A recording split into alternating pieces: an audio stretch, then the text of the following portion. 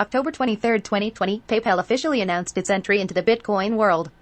From early 2021, the online payment giant will offer its 346 million users around the world a service directly on its platform to buy, hold, use Bitcoin. PayPal will accept Bitcoin as a means of payment in the 28 million businesses in its network. This news was added to the many other good news that had been accumulating about Bitcoin for several months. The upcoming entry of PayPal has accelerated the increase in the Bitcoin price that had been observed since the beginning of October 2020. The arrival of PayPal has boosted the Bitcoin price since the beginning of November 2020. PayPal has started to offer its new service to a number of its American users. The success has been there since PayPal would buy about 70% of the newly minted BTC since the beginning of November 2020. Driven by the scarcity of new Bitcoins issued, Bitcoin then entered a real bullish rally that brought its price close to a new all-time high (ATH) on November 24, 2020 to $19,390. The market cap for Bitcoin has beaten its historical record at $360 billion. Many are satisfied to see that the Bitcoin price is boosted by the arrival of an actor like PayPal. They are announcing significant progress in the mass adoption of Bitcoin. As I wrote recently, I find that the mass adoption of Bitcoin will not be complete if an intermediary like PayPal remains involved. Indeed, Bitcoin was designed by Satoshi Nakamoto also to free us from middlemen such as PayPal. Buying Bitcoin via PayPal makes you miss out on the Bitcoin revolution. However, Bitcoin gives you total power as long as you have the private keys associated with your Bitcoins. As such, remember this golden rule: not your keys, not your Bitcoin. If you buy Bitcoin via PayPal, PayPal owns your Bitcoins for you because the payment giant has the private keys. Under these conditions, you are not censorship resistant. You are falling into the same trap as with the current monetary and financial system. If PayPal decides for an arbitrary reason to ban you, your Bitcoins will be confiscated. What's the point of buying Bitcoin to get out of the current system if you are going to get stuck with a system similar to the current one? The danger of buying Bitcoin with PayPal or with US banks in the future is very real. A first example of the danger of buying Bitcoin via PayPal has just been given. Some people disagree with me, but a first example reported by an American PayPal user highlights this perfectly.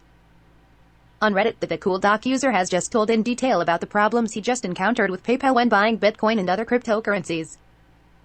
This user made at least 10 cryptocurrency transactions in a week to take advantage of the volatility of cryptocurrencies to make more profits. Nothing extraordinary in the world of Bitcoin and cryptocurrencies. You have the perfect right to do whatever you want with your money. For PayPal, this is apparently not the case. The Cool Doc's PayPal account was therefore limited, and PayPal asked it to justify its activity.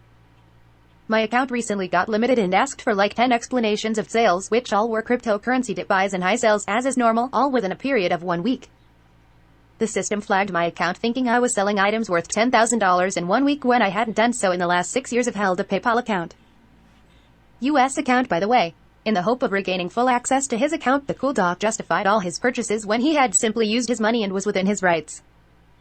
See, I knew the developers didn't account for this shit when they released PayPal Crypto, so I submitted the stuff for review with my photo ID and wrote PayPal Crypto for each crypto transaction because what else could I say?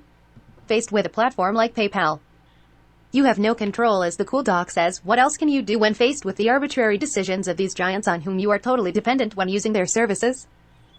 The next day, the Cool Doc got a response from PayPal telling him that his account was permanently limited due to potential risk. Here is the message he received from PayPal after a review: "We've decided to permanently limit your account due to potential risk. You'll not be able to conduct any further business using PayPal." Following its standard rules in this type of situation, PayPal also decided to block the user's $482 balance for a period of 180 days. This final decision by PayPal shows once again the dangers of centralization that Bitcoin wants to protect you from when it comes to money. By purchasing Bitcoin via PayPal, you do not have access to the liberating power of Bitcoin. The Cool Doc user then had the patience to contact PayPal support on the phone. The person who answered didn't even know that PayPal had a cryptocurrency service.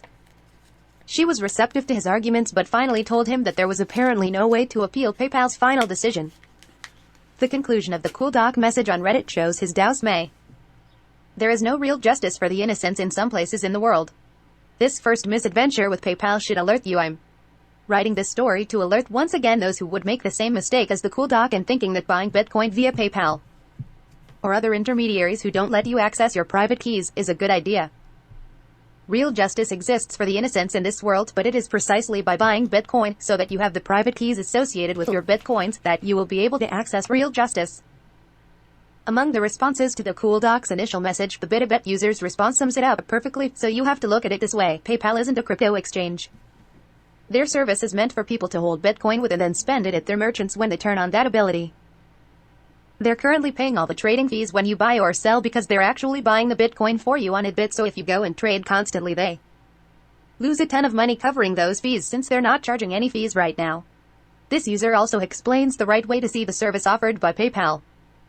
Their service is supposed to be more like a Bitcoin bank account, not a trading account. Maybe they need to make this more clear, but it's really a service for people who want to HODL Bitcoin and then spend it at PayPal merchants. Buying Bitcoin with PayPal is therefore obeying PayPal's rules. You do not have access to the freedom that Bitcoin can give you. By buying Bitcoin with PayPal, you are once again locking yourself into a centralized system with all the constraints and risks that this entails.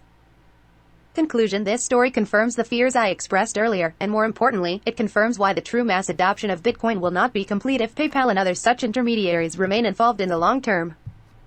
PayPal brings visibility and credibility for Bitcoin in the eyes of the general public. From there, it is up to us Bitcoiners to do the essential work of evangelization to make people realize that this is only one step to access the true power that Bitcoin gives you. The Bitcoin revolution gives you the power to live your life on your own terms. It's up to you to seize this opportunity. It will not be seized if you decide to buy Bitcoin with PayPal. The Cool Doc example is just the first in a long line of people who are likely to be disappointed in the coming months.